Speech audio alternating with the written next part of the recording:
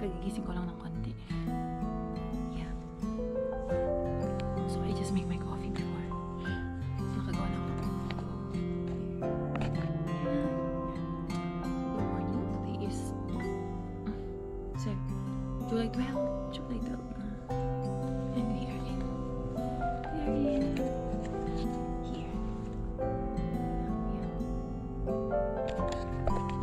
Hindi na ako nakapag-video kagabi. Ang ganda pa ng kasi kagabi umalis flight ng ate ko. Tapos pagod na pagod ko. Kaya yun. So today, ang dami kong gagawin. May mga gagawin ako. Na hindi ko pwede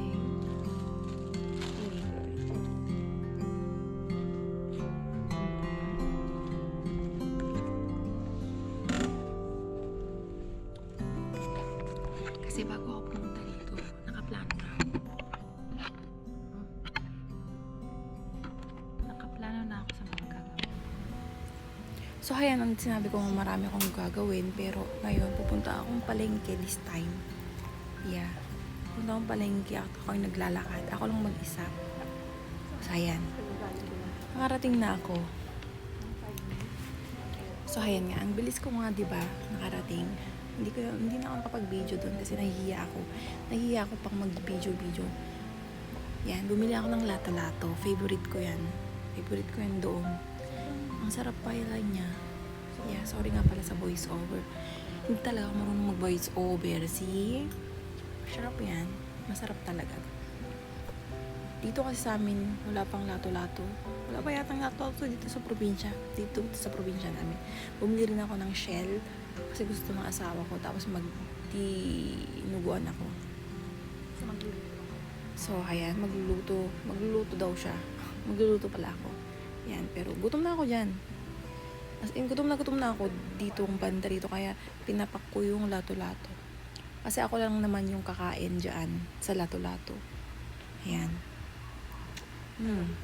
Sabi nga, diba? So yun. Sorry sa voice over. Na tawag nito. Parang na yan. Hindi ko na alam yung sasabihin ko yan. Binilasan ko ng magluto. Kasi gutom na ako. Anong oras na dyan? Mag-alas 12 na. Hindi pa kami ng umagahan, tsaka di pa kami ng tanghalian. August ko na siya ini-edit ngayon. Yeah, 2 days pa lang namin dyan sa tawag nito sa Manila. Ay hindi, 11 kami umalis dito sa Santa Ana. Tapos isang araw pa lang namin pala dyan. Medyo ayan, niluluto ko na yung aking yung shell. Naglagay lang ako ng butter. Tapos yan, so fast. Pasensya na sa aming rice cooker na sobrang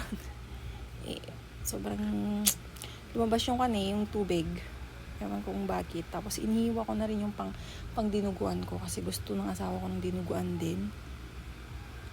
Oo, gusto ng asawa ko ang dinuguan. Kaya yan. So ano ba? Dito mga 20 days lang kami na malagi sa Manila.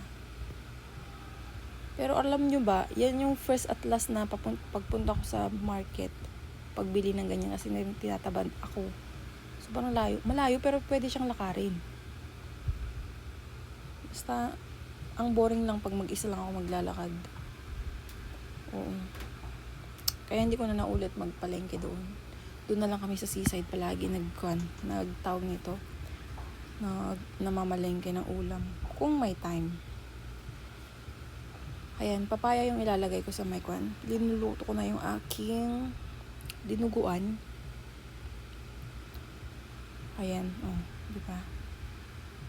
Ang bilis. So, yan. Luto-luto lang ng mga ganyan. Iba yung kanila, yung tawag nito. Iba yung dugo nila. Hindi parehas dito sa amin. So, ano ba yung ginagawa ko? Ay, yung lato-lato pa din. Siguro ubos na kasi yung konti na lang yung lato-lato kaya gumawa ulit ako, di ba? Kasi gusto rin ng mga anak ko. gusto rin nila, pero hindi yung gusto. Yung bagoong lang ang gusto ng mga anak ko doon. So, ayan. Sobrang rami kasi ng tubig, kaya inalisan ko ng konti. Ayan, pasensya na talaga sa aking pag-voice over. Kasi, nahihirapan pa akong mag-voice over. Kasi ngayon mga video ngayon, di ba puro voice over na siya. Kaya yan. Bakit nakaganon siya, oh? Ayan, malapit ko nang maluto yung... Yan. Tapos na pala. Yan. Yan na yung finished product. At yan. Makakain na kami. Salamat sa panonood. Bye!